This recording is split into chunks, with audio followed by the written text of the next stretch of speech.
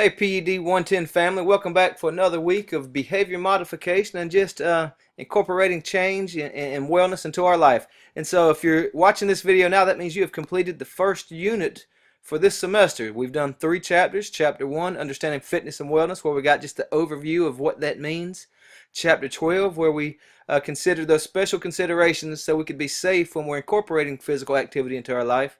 And then Chapter 2 is really one of the most important when it comes to you understanding exactly what it is to put a fitness program together, or physical activity together, or exercise together. Remember the difference between exercise and physical activity. Exercise is you're moving with a purpose. You have a goal in mind. Physical activity is just simply any form of movement.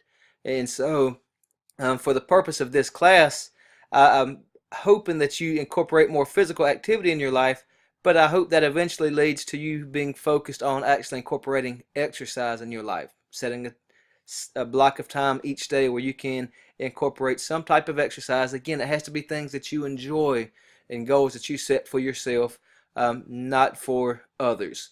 Okay, and so that gets us to this week, which is really a quite simple week. You have your unit test on chapters 1, 2, and 12. So basically you can use all the resources. I want to make this clear. And I did in the intro, but I want to restate it. You can use your PowerPoints, your quizzes, anything you have at your disposal on the test and quizzes. Okay, that's not cheating for me. Use the resources that are available to you. To me, that's just smart. And then also make sure that you retake the test when you don't do as well as you would like. Remember, you don't have to change or retake the whole test. You only have to change the incorrect answers. And then lastly, you still have a physical activity monitoring report. You'll have that each week from here on out. Remember, we're looking to continue our intensity there, and Chapter 2 really helped explain how you do that with overload and progression.